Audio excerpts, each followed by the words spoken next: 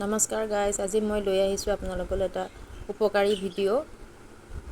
এয়া চাওক, মই ক্ৰীমখিনি ফ্ৰিজাৰৰ পৰা উলিয়াই ল'লোঁ। এইদৰে এটা বাউলত উলিয়াই লৈ এখন চামুচেৰে এনেকৈ ভাঙি ল'লোঁ। আইচ হৈ আছিলে যিহেতু, এয়া ভাঙি লৈ চাওক কিদৰে ভাঙি ল'লোঁ। মই কোনো বাতিত পানী দি নলওঁ। তলত পানী দি বহুতে কয় তলত অলপ আইচৰ পানী দি ল'ব লাগে। মই সেনেকুৱা একো নকৰোঁ, নাইবা কোনো মই AC ৰুম ইউজ নকৰোঁ, নৰ্মেল ৰুম টেম্পাৰেচাৰতে কাম কৰোঁ। এয়া চাওক, সেইদৰে ভাঙি লৈ মই এয়া ব্লেণ্ডাৰ দি ব্লেণ্ড কৰিলোঁ। এয়া দেখিছেনে, মই এনেদৰে ব্লেণ্ড কৰিছোঁ। বহুতে কয় তলত এটা বাউলত ঠাণ্ডা পানী দি ল'ব লাগে, মই তেনেকুৱা কৰা নাই। খালি মই এই বাউলটো ফ্ৰিজত ৰাখিছিলোঁ, যিহেতু মোৰ ইয়াতে আগৰ ক্ৰীম আছিলে, সেই ক্ৰীমখিনি মই বেলেগত ৰাখি থ'লোঁ আৰু মই এইদৰে ক্ৰীমখিনি ব্লেণ্ড কৰি ল'লোঁ। লৈ মই অলপমান ডাঠ হৈ অহাৰ লগে লগে মই ইয়াতে এচিকুট CMC পাউডাৰ দিলোঁ। এইটো চাওক, CMC পাউডাৰ দেখিছেনে। মই ভালদৰে আপোনালোকক পাউডাৰ পেকেটটো দেখাব চেষ্টা কৰিছোঁ। পেকেটটো মোৰ অলপ ফালি চিৰি নষ্ট হৈছে, যিহেতু মই ইউজ কৰোঁ। এইটো বস্তু আইচক্ৰীমতো ইউজ কৰিব পাৰি। এইটো কোম্পানীটো মই দেখাই দিছোঁ আপোনালোকক, ভালদৰে চাই লওক। বেছি দামো নহয়, মাত্ৰ 45 ৰুপিজ। এই 45 ৰুপিজৰ বিৰাট কাম আছে। পৰি গৈছে, চৰি। এইটো মই ভালকৈ দেখাই দিছোঁ আপোনালোকক। এইটো যিকোনো ষ্ট'ৰতে পোৱা যাব, কেকৰ মেটেৰিয়েলছ পোৱা যিকোনো দোকানত পোৱা যাব। ক'লেই হ'ল CMC পাউডাৰ। এয়া চাওক, মই এচুকুট দিম, বেছি নিদিওঁ। মোৰ 1 কেজি ক্ৰীম, 1 কেজি কেকৰ কাৰণে মই ক্ৰীম উলিয়াই লৈছোঁ। এয়া অলপমান দি ল'লোঁ। দি মই ক্ৰীমখিনি আৰু ব্লেণ্ড কৰা ষ্টাৰ্ট কৰিম। দিয়াৰ পাছত মই এনেকৈ ধুনীয়াকৈ আৰু পেক কৰি থৈ দিলোঁ। এইটো ফ্ৰিজত নাৰাখিলেও হয়, নৰ্মেল ৰুম টেম্পাৰেচাৰতে আপোনালোকে ৰাখিব পাৰে। মই ফ্ৰিজত নাৰাখোঁ, মই ক্ৰীমৰ বাদে কোনো বস্তুৱে ফ্ৰিজত নাৰাখোঁ। এয়া চাওক, মই পুনৰ ব্লেণ্ড কৰিলোঁ। ব্লেণ্ড কৰিলে সদায় আপোনালোকে এটা কথা মনত ৰাখিব, যাতে ক্ৰীমখিনি তল ওপৰ কৰি ব্লেণ্ড কৰে, তলৰ ক্ৰীমখিনিও যাতে ভালদৰে ব্লেণ্ড হয়।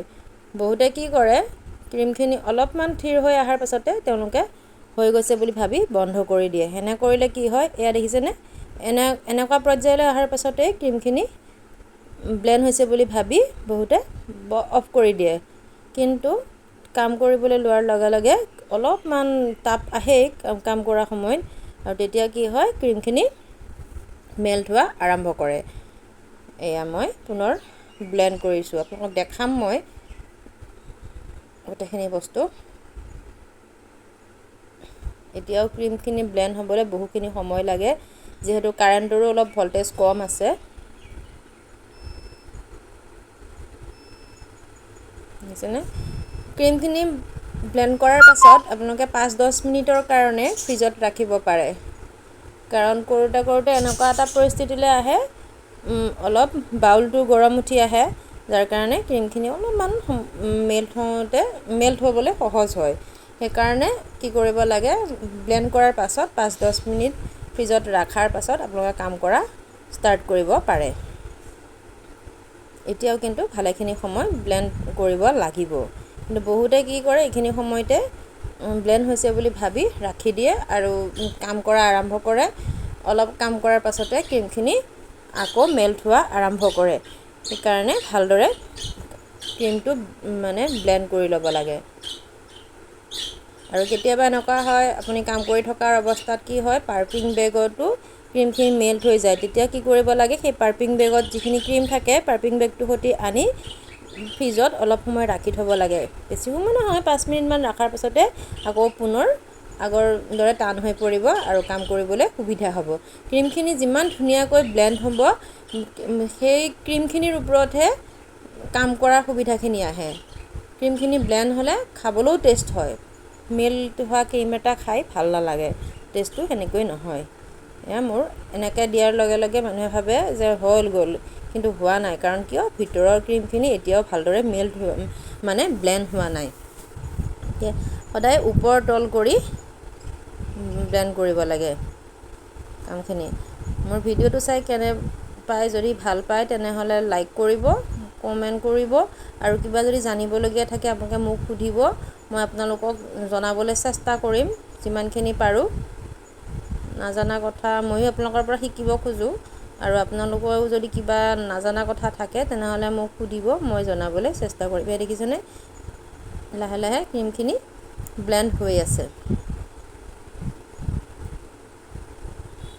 পাৰফেক্ট ক্ৰীম ব্লেণ্ড নহ'লে কাম কৰিব ভাল নহয়।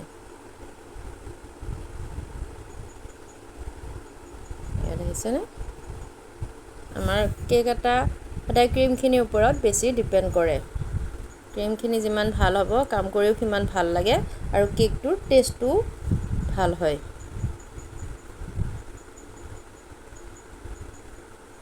মই এনেধৰণৰ ভিডিঅ' লৈ আপোনালোকৰ ওচৰত মাজে মাজে আহি থাকিম। আপোনালোকৰ সঁহাৰি পালে মোৰ ভাল লাগে। বহুতে সোধে এই কথাটো, কেনেদৰেনো ক্ৰীম ইমান গৰমত ব্লেণ্ড কৰে। মই না কোনো AC ব্যৱহাৰ কৰোঁ, না কুলাৰ ব্যৱহাৰ কৰোঁ। মই ৰুম টেম্পাৰেচাৰতে কাম কৰোঁ। বেছি ফেনৰ বতাহ পালেও ক্ৰীমটো ফুলি যায়, আৰু ফুলি গ'লে কাম কৰাত অসুবিধা হয়। গতিকে মই সদায় নৰ্মেল টেম্পাৰেচাৰতে কাম কৰোঁ। গতিকে মোৰ কোনো ধৰণৰ অসুবিধা নহয়।